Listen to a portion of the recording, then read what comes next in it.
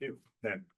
And so even though I'm not talking about social genomics, work actually benefit from the perspectives of biology and human nature, as you can see.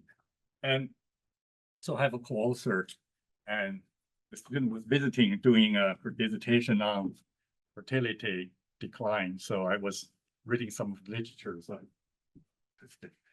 And so the demographic transition, this is on the internet, everybody knows this.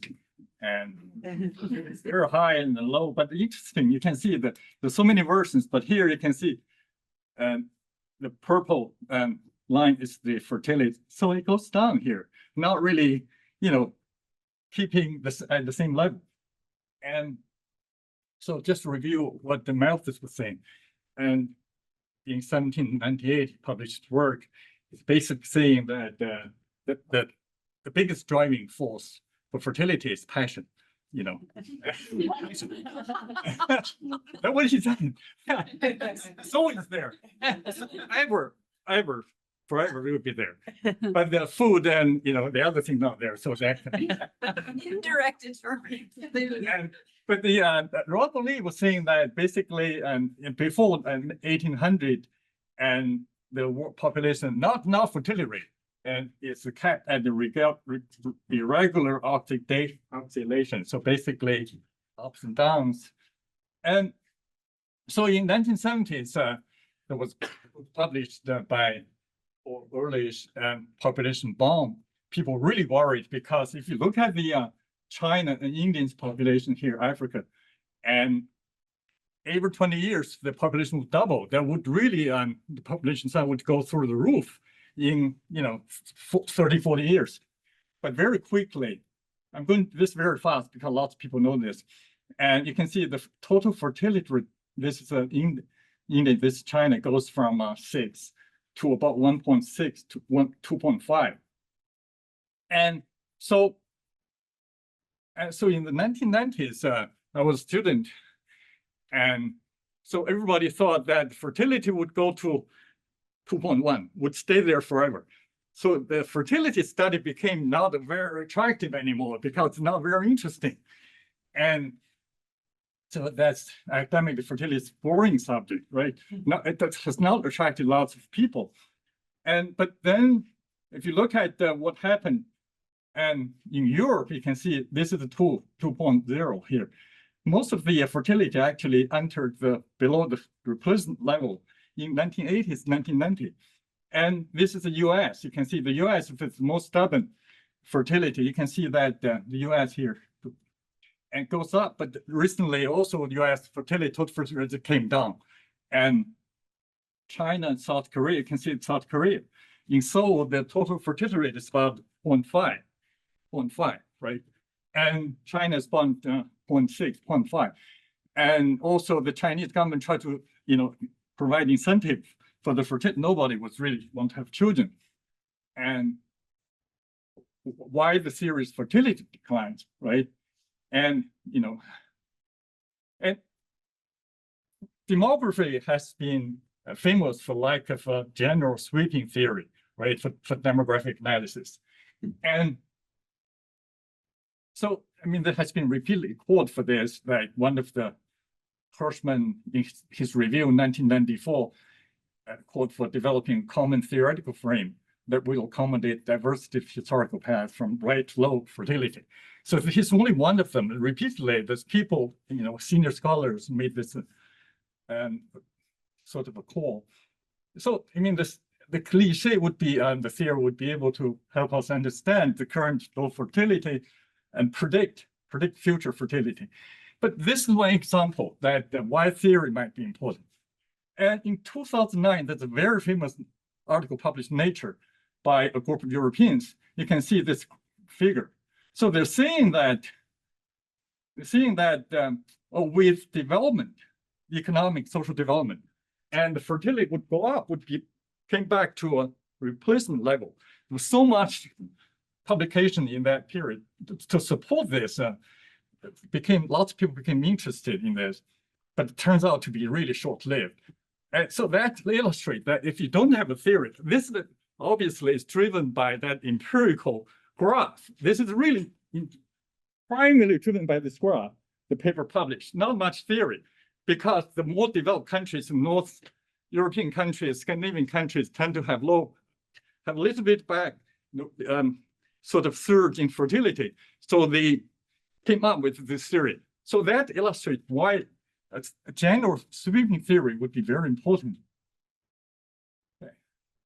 And so I have two slides here. So the review the theories that for earlier pre-existing theories, earlier fertility declines. But I'm now going to spend lots of time here. You can see the famous name here, Welsh, Lasty, Lodstein, Friedman, Nodell, right?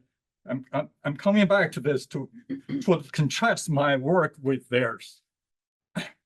So this is for the low fertility countries, Computer McDonald, Left, Becker theory, et cetera, et cetera. Also evolutionary demography here. Okay, so this presentation, this work is an attempt to develop the general and sweeping theory to explain, number one purpose, to explain fertility decline over the past 2 centuries, and also to predict fertility movements in the foreseeable future in low fertility countries. So we proposed a fertility equilibrium to argue for the reason what's the upper boundary, what's the lower boundary, why this is formed, this equilibrium, why this would continue, persist.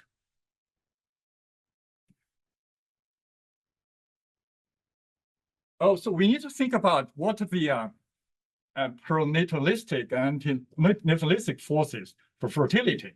And the first question would be, are there a set of genes to help maintain the level of fertility? Actually, we do not know the answer for this. And this is a very difficult question, even with tremendous advances in genomics. And Malthus actually suggests passion, as I mentioned earlier. And passion, if you think about passion, appear to have worked for countless ages. Only passion alone would work for animals, for humans, would work for hundreds and thousands of years.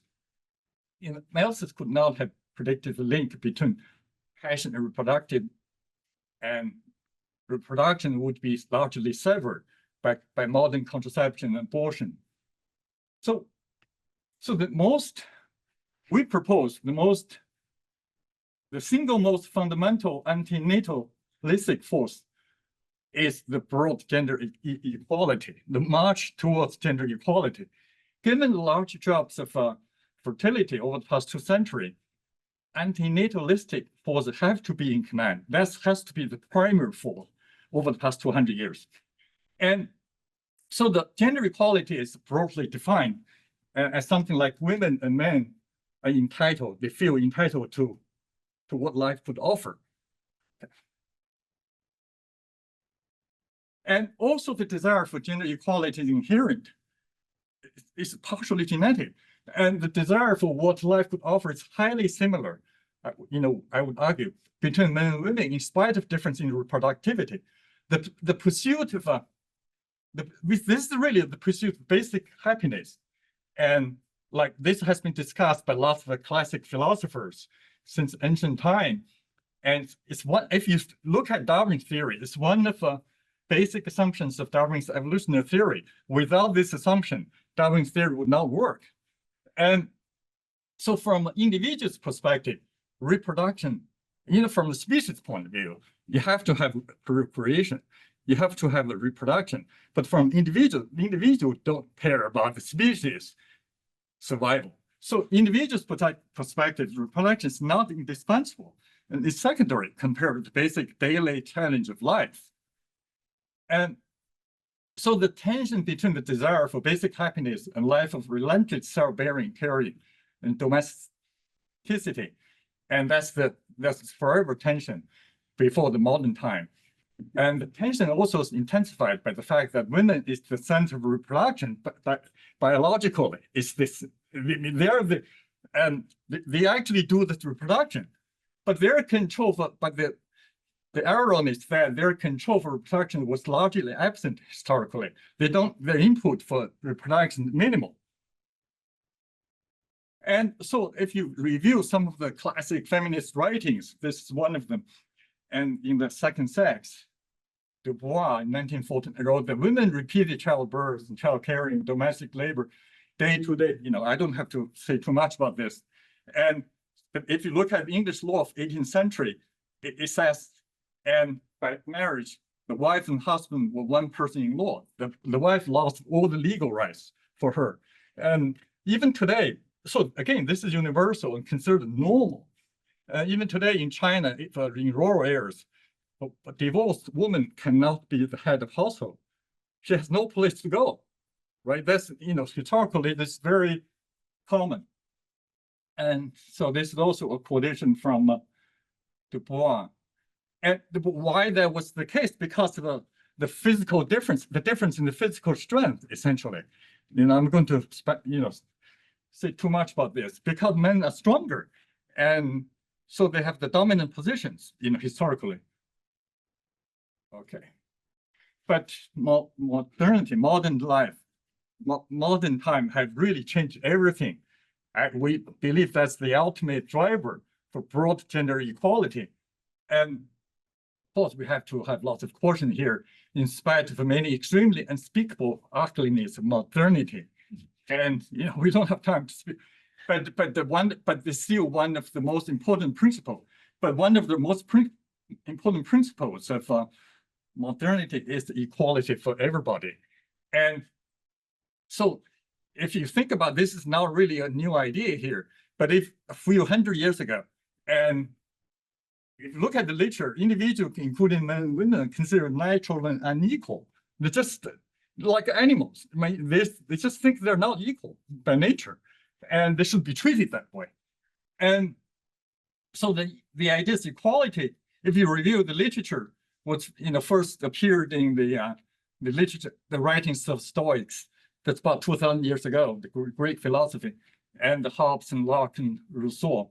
And the Declaration of Independence was inspired by the classic and philosophers, but was not meant for women and slaves. Yes, that's true.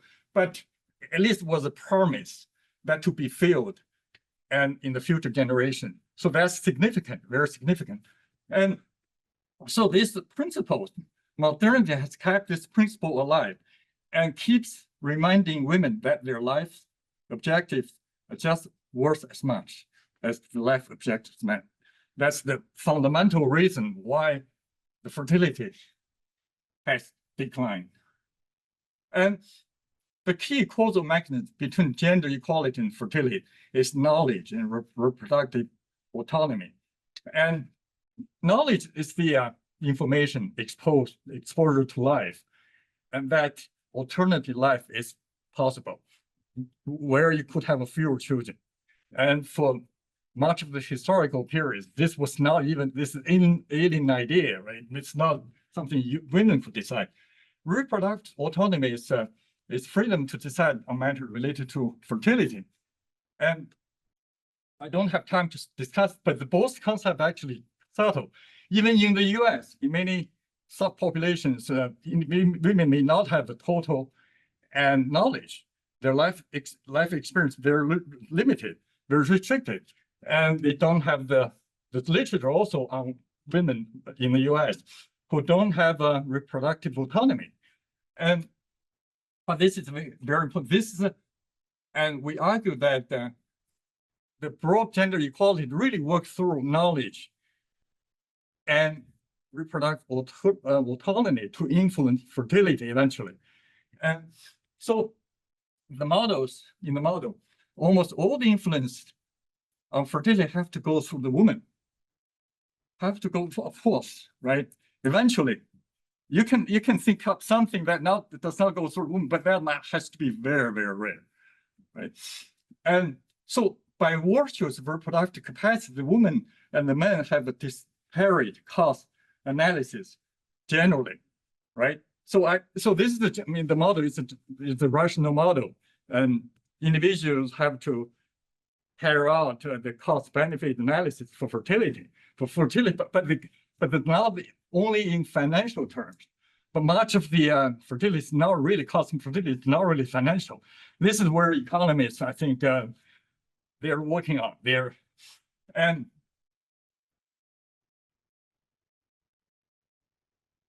okay, so I'm coming back to this when I'm talking about the Becker's theory.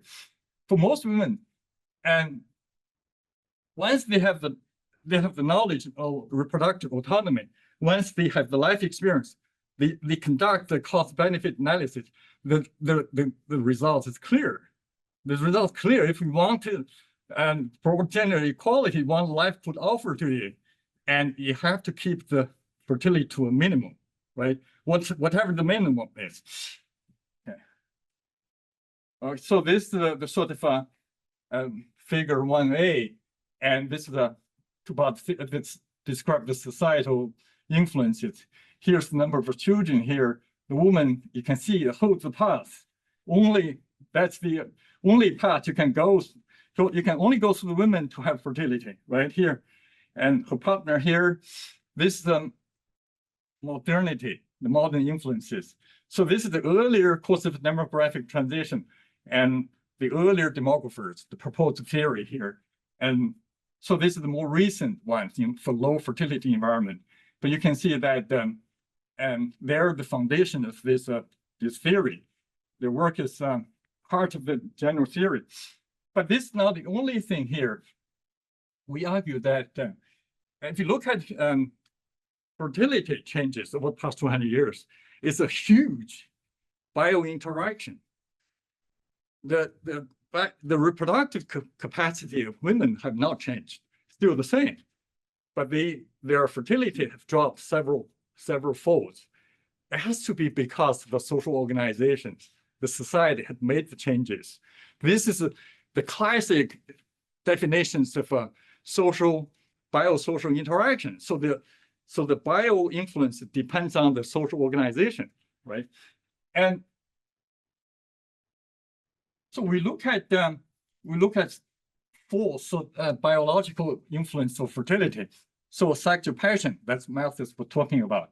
Women's reproductive capacity, female physical weakness, and inherent pursuit of basic happiness. And so the figure 1B here is the same theory, but so this I simplify the societal forces here, and I added the biological influence here. I have all the plus sign here, meaning that all the biological influence here because of social influence, social organization change in modern time, and all of them actually promote broad gender equality. And so the broad gender equality, but broad gender equality have to work through the woman's knowledge and reproductive autonomy, then eventually influence the fertility. Yeah, have sort of I argued that, so I was talking about broad gender equality, the march towards it over the past 200 years. That's the primary driver for fertility decline. But how about that would make the fertility go to zero if nothing else, right? But there has to be pro-natalistic forces, right? Pro-fertility forces. So nature must have built a multi-layer system for reproduction. So if I look at literature, some of this would be what has been discussed in the literature about why people have children. And so one of them would be to continue oneself, one's family, and one's group, and to have a child to love. That's also one of the major reasons for people to have children, and to express express love for one's partner, right? That's another thing, and to have support in one's advanced age. So even now with capitalistic economy, children's utility not as important as before, but still some utility still remain, for individual when they're in advanced age, their emotional support and other support. But there's also two additional in the green color. So that's two motivations for having children beyond one single child. So one of them would be the cue for the prototype of family. So there's a mother and the father and two children. Morgan and who also talks about this in one of the papers. And so this is an image that has to be most familiar with most of the individuals in their mind, right? The mother, father, and two children. And to add a sibling to the first child is another motivation for people to have a child more than the first, more than the first child. And again, so this last two suggests the quantitative fertility. So, low fertility, we argue that low fertility countries entered the fertility equilibrium a few decades ago, about 1990 in the most developed countries. And so this because of antinatalistic and pronatalistic forces battled into a fertility equilibrium about 1990. And so the equilibrium will continue into the foreseeable future. And so with the upper boundaries 2 and lower boundaries 1, but this boundary have to be adjusted because about 10 to 15% of women are voluntarily or involuntarily childless. So that make this adjustment, the adjusted boundary would be 0.8 to 1.8. So again, this is a dynamic equilibrium. Fertility could still swing, and within this channel, influenced by lots of factors. But very difficult. I'm arguing that's very difficult for those factors to really break the equilibrium in the foreseeable future. So again, this is the figure to show, and the pre-modern total fertility rate, then somewhere in 1990 entered the equilibrium here. So even though this is similar to the first figure I showed you, but we have a theoretical rationale for this. We also have an upper and lower boundary, and so that's why this is different. And so recap the theory. So because the biology, almost all influence on fertility have to go through the woman. This has never been written very clearly at the central point in any paper. And I wonder why, this is such an obvious fact. She and he are highly similar in the pursuit of basic happiness, reproduction secondary. So the only way this is possible for her is to keep fertility at a minimum. But this is not possible in the old regime, that's pre-modern time. Her life is much more restricted by childbearing, caring, family duties. The change comes with modernity, which gradually leads to broad gender equality. So with knowledge and autonomy, the result of her cost-benefit analysis never in doubt. The results never in doubt. Basic happiness requires that family fertility is kept at a minimum. So the result is fertility decline that's rapid and irreversible. And only in low fertility countries, this antinatalistic force is balanced by pronatalistic force into a fertility equilibrium. Okay. So what is the implication? I have some, I discussed implications of the paper and so this is the early phase of fertility decline. And for instance, with the concepts of knowledge and autonomy, we can interpret some of the old results much easily, and like female education. Female education has been found to be consistently correlated with the decline and lower fertility. But people just say, "Oh, SES," but why? But if you say that if you look at how the female education really promotes knowledge and autonomy, that would be the key. That would be the mechanism, causal mechanism to lead to fertility declines. And there was also lots of debate. How much time do I have? And so for a while, lots of demographers were puzzled by why Eastern European countries, they experienced the fertility decline much more rapidly than Western countries. But our model would set look into the knowledge and autonomy. If the government does not need democracy, if the government really push for autonomy, that would reduce fertility declines, like in China. And in China, actually, because of the Chinese one-child policy, the usual sequence of fertility decline actually were reversed. Usually you have the development, then you have increased education employment for female, but then you have fertility, then you have you have increased autonomy knowledge. But in China, the government imposed low fertility. So women, especially in rural areas, they experience low fertility. So they go to cities to work. They had, you have economic freedom. So that would give them autonomy eventually. So that's why the government even today provides incentive for the third child, but nobody wants to have the third child, right? So this is the river, but also interested why the autonomy is really a crucial element here, but maybe induced by different things, but not gradually by education and employment, even by government policy, but it still works. Okay. So here I'm trying to contrast our approach with some of the more recent theoretical approaches. One of them is influential McDonald's Schneider theories of gender equity.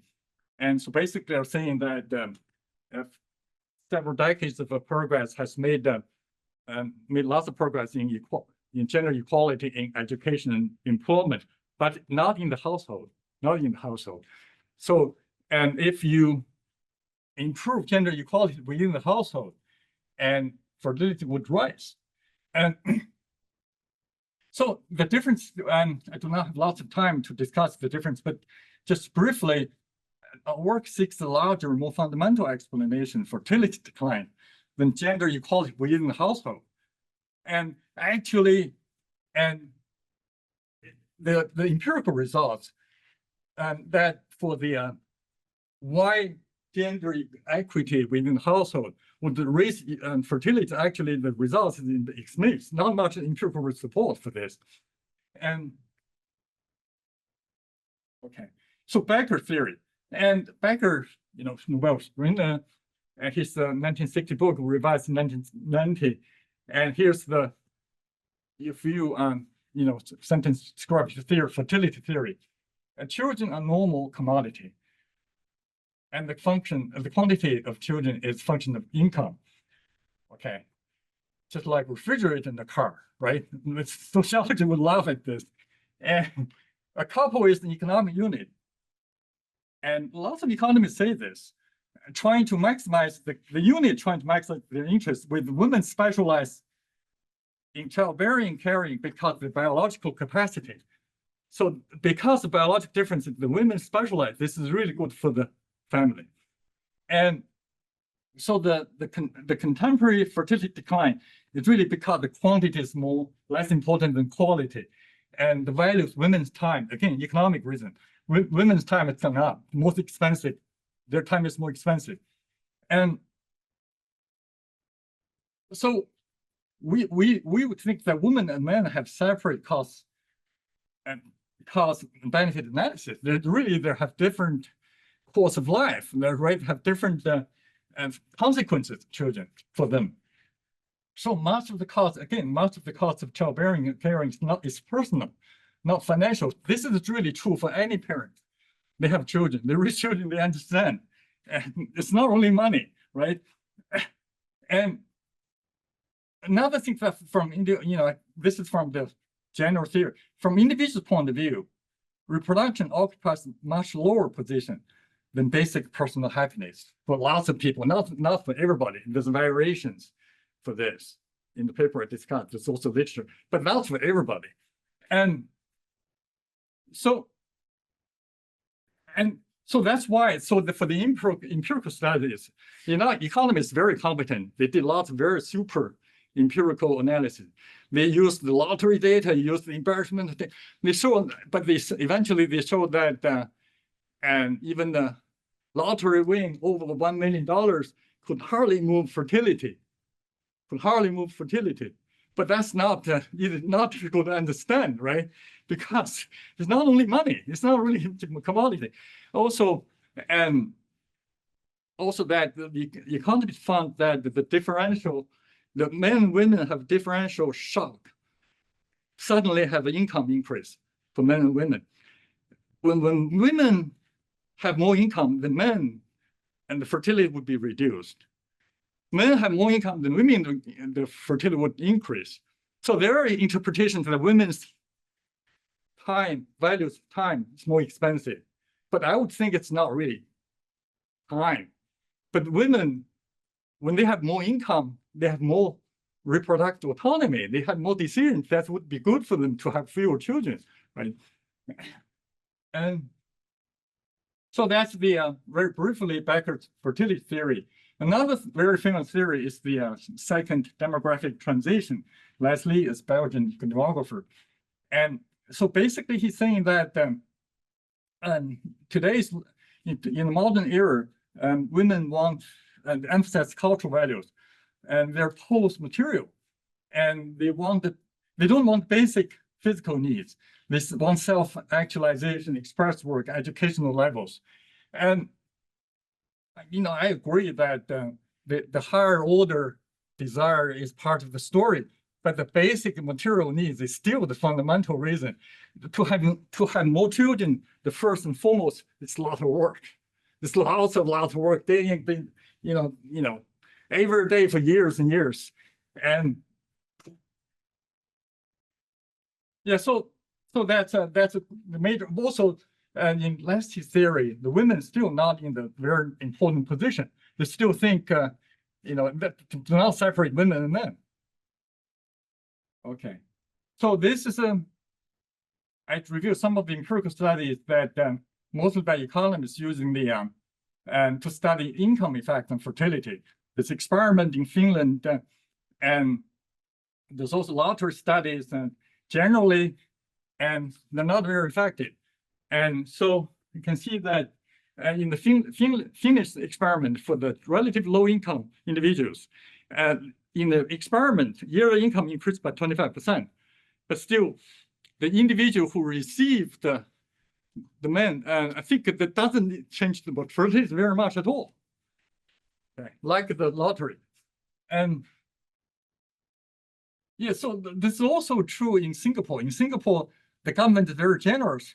They essentially provide this incentive for fertilities that can support child's expenses, 1/3 expensive for the children up to 18. From birth to 18, about 1/3 of and the expenses for child rearing, and it's paid by the government. But when in the social survey, and Singaporeans would still say, "Oh, government support is not a factor in my fertility decision." So no, not really. I mean, yeah, I think so. So what interventions might be needed to break the equilibrium, to break the below replacement level fertility? So our work suggests two conditions for policy successes, for the interventions to be successful. The number one has to be massive. Massive. A quarter is not enough. It has to be comparable to the cost of having an additional child. Remember, Singapore 1/3, Finnish 1 year. Singapore is like entire 18 years, and Finnish experience for 1 or 2 years, but that's not really enough. The second is not only financial. You have to have a non-financial support and childcare. You have to major operation for childcare, and to be really move the needle. But then do we have the political support, right? That's the final remark here. And again, the fertility will continue to swing according to the model, and in the equilibrium channel, subject to many factors again. And sometimes it could, even break on the lower upper boundary temporarily, but still will stay in the channel. Unless a major reversal is unlikely unless broad gender equality and experience a major setback. That does not seem to be possible. And the trend will spread to other countries conditional on gender equality. But this is a big condition here. And this is also important. I think fertility declines are proof that biology does not control human destiny, like in the animal kingdom. If you look at animal kingdom, basic biology really dominates. But humans, if people say, well, we're the same but we're not the same. one of the major differences that we do not let biology control our destiny. This is one proof that's the case. Right? But in much of the world, we don't forget, population is still on the rise, right? In lots of countries, in Africa. And so how do we how do we really think about the to address this population shrinking in the developed countries? And Guang mentioned in his book in the conclusion chapter, an ideal world inspired by the Soviet Russia, where gender equality guaranteed, maternity voluntary, children charged by the state. But such an idea has to be repulsive in a nation that personal freedom has taken root. But I want to mention one thing, which seems to be utterly impossible now: biotechnology and human cloning, and seem to be not really possible now, and for ethical and technical issues. But to remind you, in Argentina, if you look at Argentina in the polo game, recently they're really possessed. The nation really possessed with the horses playing the game. Very important game, and the cloned horses are the workhorses for the game. They actually, in practice, using lots of cloned horses to do the games and to do the matches. So technically, it's possible. Okay.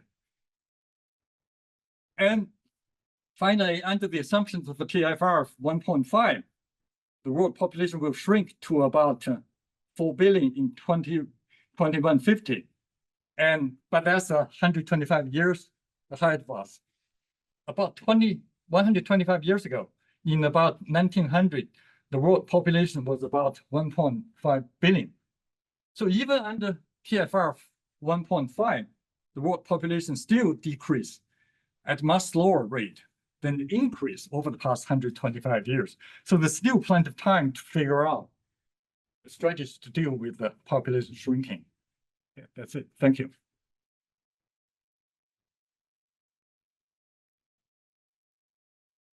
I have three, well, one's just a question, or I have three points that are questions. The first one is, I'm not completely sure, and maybe you can come back to the physical weakness and how that, the positive direction on women's physical weakness. So I'm just gonna raise my three issues, and maybe that's just a minor one that I misunderstood. The second one is it knowledge or is it access? And so I wonder how your theory will play out as access to reproductive technologies like abortion becomes less or more available. And you can use the example of Russia potentially to provide some context for that, thinking about the US, of course.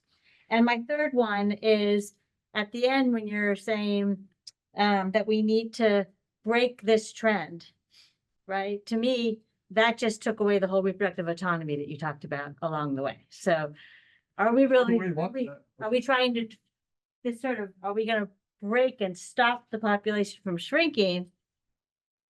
We've lost our reproductive autonomy and support for what people want. Well, the last question is basically hypothetical. I don't believe that's going to happen. Yeah, I'm just saying that as we talk about it, right?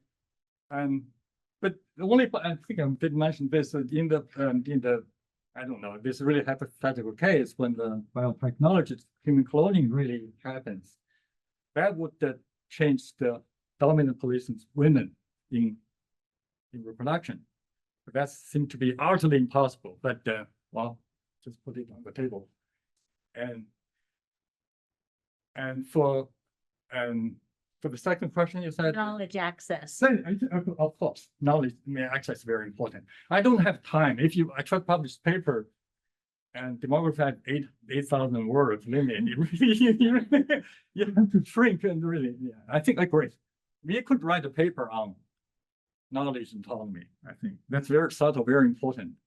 I think very important. The first question is about women's physical weakness. I think the physical, I mean, if you think about like 200 years ago, I mean, the physical strength is really dominant. Whoever had now, we have the brain power. Whoever had the brain power would be. Now, because of the modernity with the general modern processes and physical strength becomes much less important.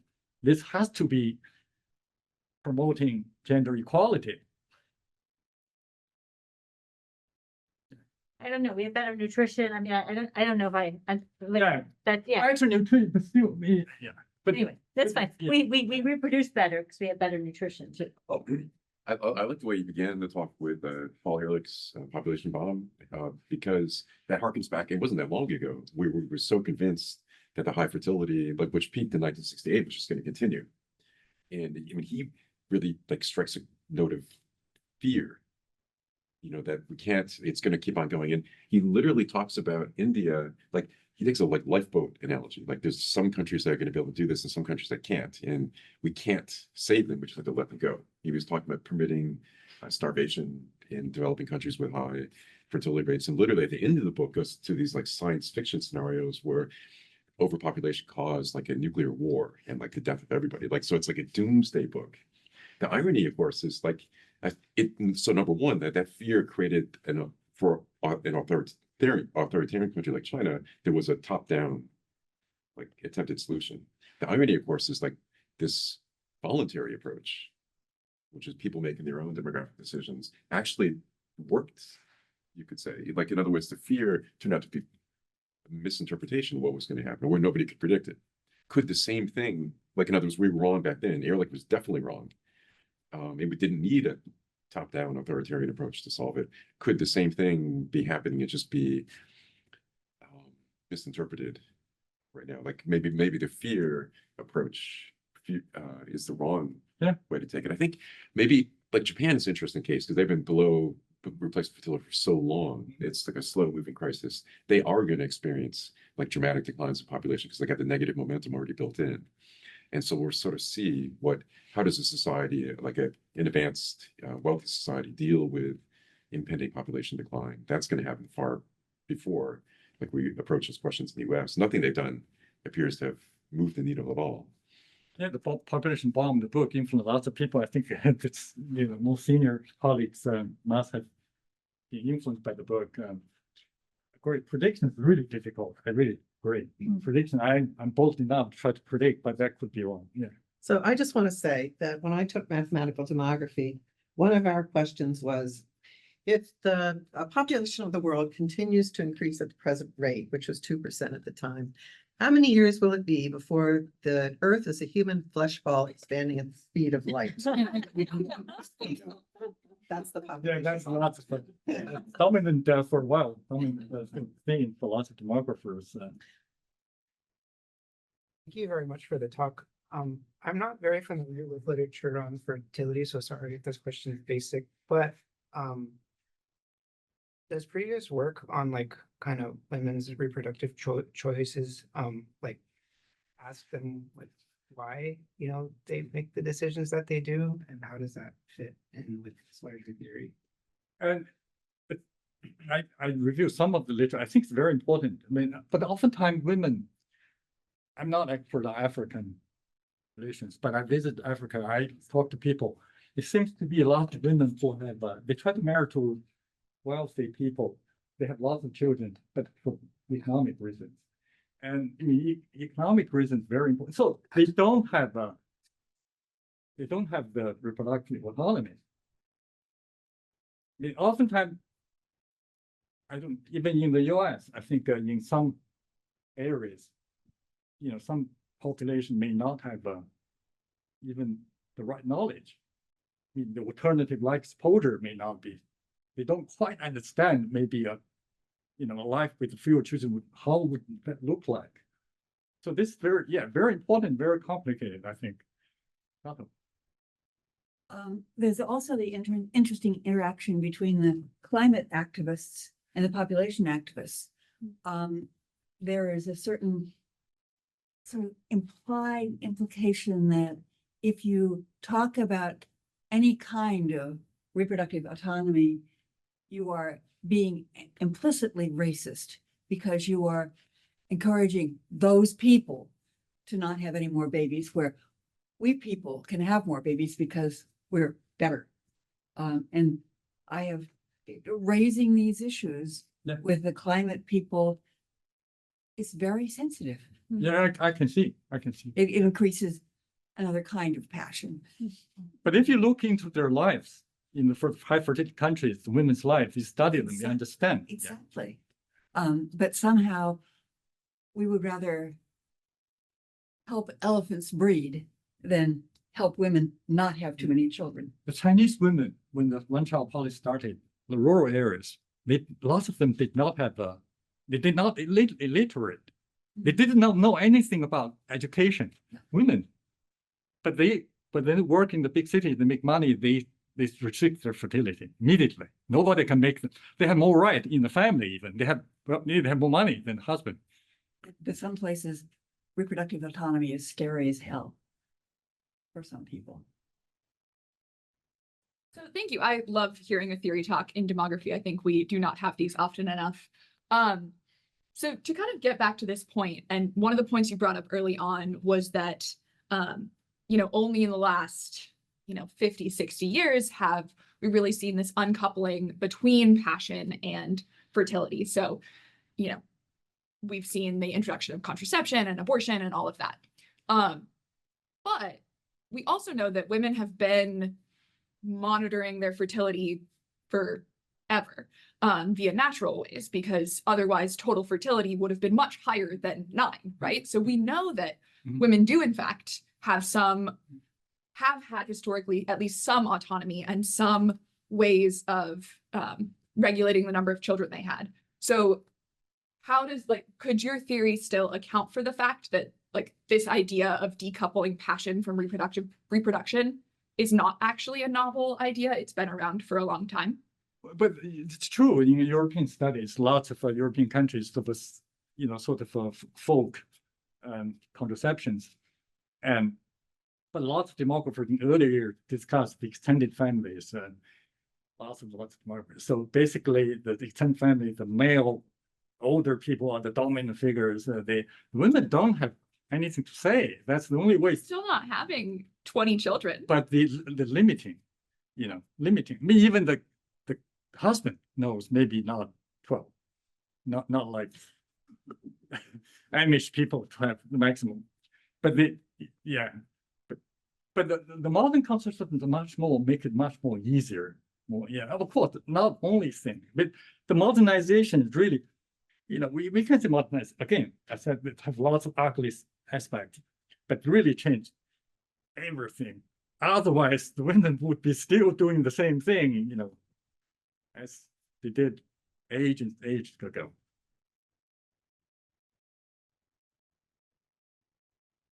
This is a very knobby question. I don't know anything about Argentinian horses. I'll just. So if these are clones, so aren't they still put into a live female uterus? So it's still using reproductive labor on the behalf of the females, even if it's not their. So until we have artificial wombs. Good. It's still tricky, but can still. I mean, it's possible to mass manufacturing. I mean, possible. But again, this is really wild. Yeah. I'm not really predicting anything, but never know, right? With AI and with biotechnology, it's really in practice. I'm surprised. They actually used lots of horses for 10 years, maybe. In the top teams, they're playing with the major horses are the clone horses. And that's because those horses have been engineered to have the best traits. They've cloned from the best famous horse, has a name. Right. Yeah. Famous horse number 2. Yeah, exactly. They say the same. Yeah, famous horse. Yeah, and it was number 1. Yeah. I have sort of a big picture question. Why should we stop the population from shrinking? This goes back to the idea that, okay, well, if we want to stop the population shrinking, that might take away autonomy for reproduction. Also goes back to the climate. And I know certainly a lot of young people are not interested in having children because we don't think there's going to be a world that we can leave to our children. So 2150 seems like an awful long time for me to be like, yeah, there's going to be a world that a child could live on in that time. So I'm just curious how you think sort of about why we should stop. I agree with you. I agree with you. Okay. Some But you have demographers. this- oh, sorry. Yeah. It just says it up there, so I think Lots I of was like, lots of worries, but one of the some former demographers saying that even propose a smaller population is better, Yeah. better educated, even better for us. right, I agree. okay. Yeah, we're far from the crisis. So the countries that are trying to be very pro-natalist are worried about sort of labor outcomes and possibly power in Russia. I don't know. I mean, European countries, if you look at European demographers and Japanese, Korean, Chinese demographer now, the American demographers, this is not really interesting, right? American total fertility has been okay, only recently, but they're sort of obsessed by the issues, population decline. but why is that? I mean, is it political power or is it That's, yeah, labor? exactly. I think, yeah. And for economists, right, they're saying that the economy growth really depends on the population growth, right? The growth of GDP per capita, it really depends on if the population is shrinking, There's no one to sell stuff to. Exactly. I think that's very important for the economic growth. Yeah.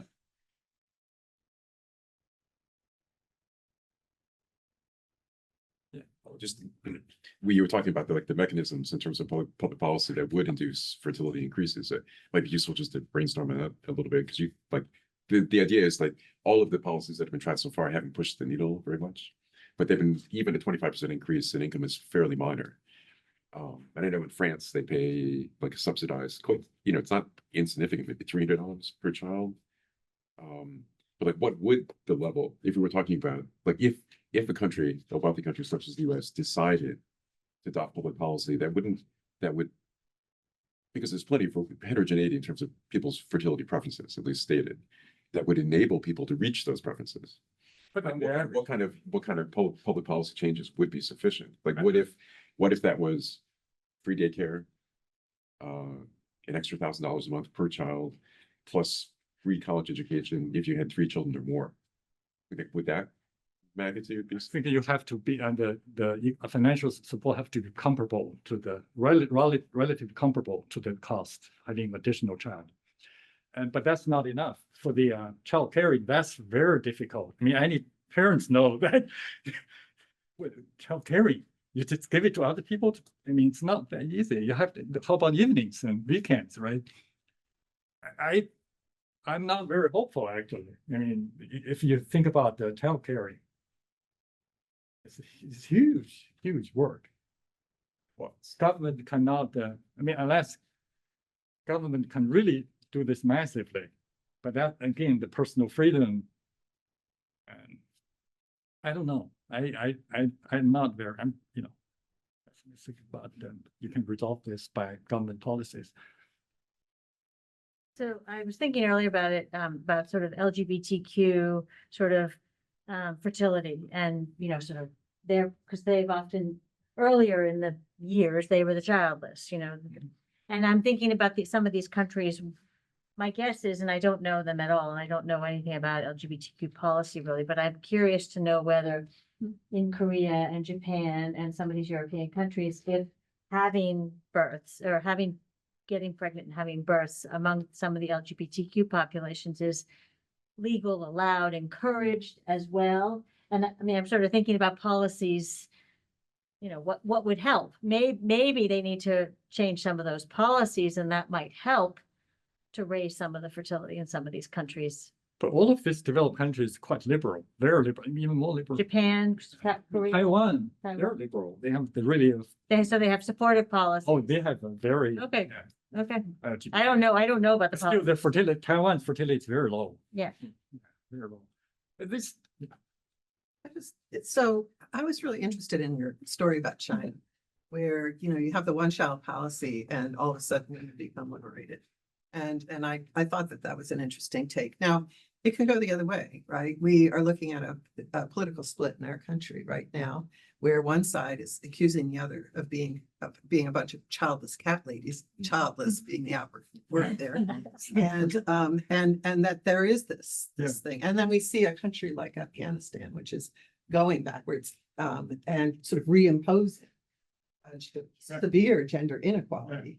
And so, I mean, I'm not suggesting that that's a Yeah. policy I'd want to pursue, but is it really, Reversible. so is it really irreversible, I guess, is my question to you. It's hard for me to see, it's hard to me to see the major reversal for the march towards gender equality. I mean, I think what genetic teaches me biology is that you have to think about human nature. Everything you have to think about, really everything starts from there, right? I mean, I think sociological theory need to be revised according to, but that's a different story. Even the Republicans, right? Even Afghan women, eventually they realize their self-interest. But you cannot, suppress them forever. And even I don't know. I don't know. yeah, I would like to with, but that's my optimism. So I guess will their fertility go up? I guess that's. It could be. I think it temporarily. Yeah, temporarily. I think, but when they're getting more education, exposed to different life experience, they would. But I mean, that's- now they can't go to high school. I mean, they're they are really taking attacking. things away. Yeah. Yeah, I can see. Just I think also in the United States, I mean, we are seeing momentous rollbacks to reproductive rights and the right to abortion. So when I saw your slide on what are the caveats, or there would have to be a huge shift in equality. Yeah. I mean, do you see that as a shift that would be able to produce? Like, do you anticipate that the rollback of abortion rights would be creating increased fertility in conjunction with, Contraception access. But you can yes, in conjunction with the contraception access, but also the cultural But you discourse have around to all be this very family. cautious, right? He tries to not to say too much about the banning of abortions, and he tries to woo the women's vote. I think eventually, women, large majority would have very clear positions here.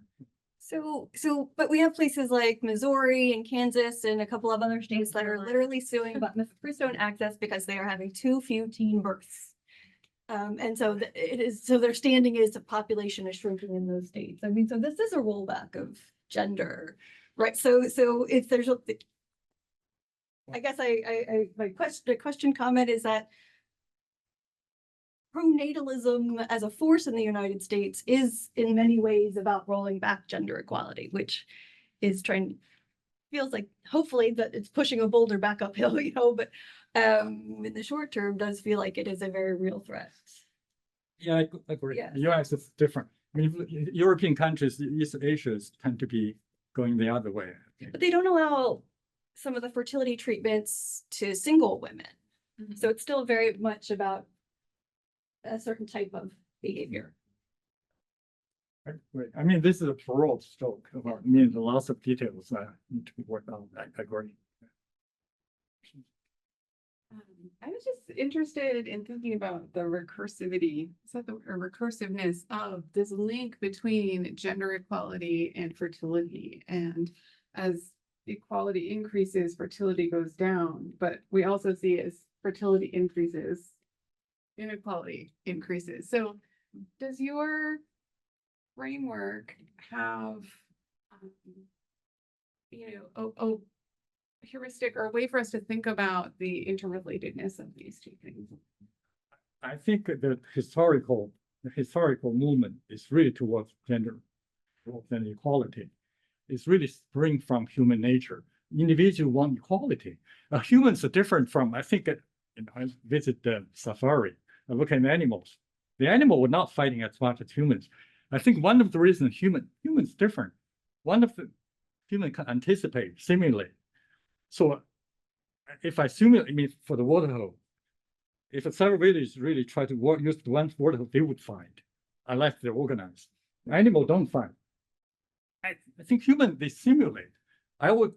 If I don't destroy you, you're going to destroy me, right? Simulate. Another thing, human difference that with the human, and they have, I think that they have the sense of justice. You have this, I should have this too. And equality, eventually, you could surprise this for ages, but eventually it would come out. But this really, this is unstoppable. I think the gender equality is unstoppable.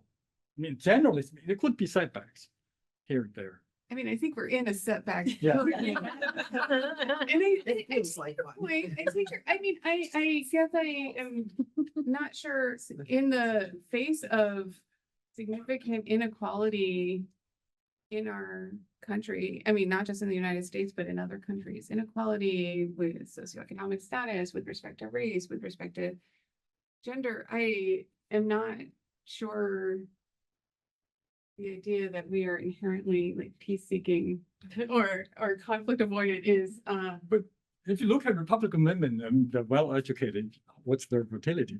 Yeah. Parents are higher, lot higher, but they still calculate, right? Calculate. It's still controlled. Yeah, they calculate the benefits and cost. We're at 1 o'clock, so we should probably cut things off, but continue the conversation with Guang, but let people go. Yeah, sorry for the 11 minutes.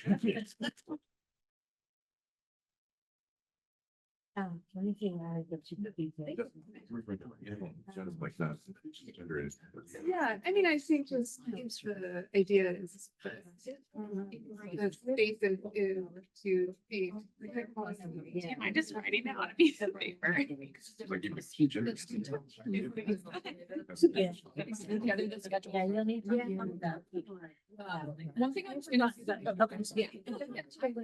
Oh, perfect. Yes. Oh, okay. And then we have Tanya. Okay.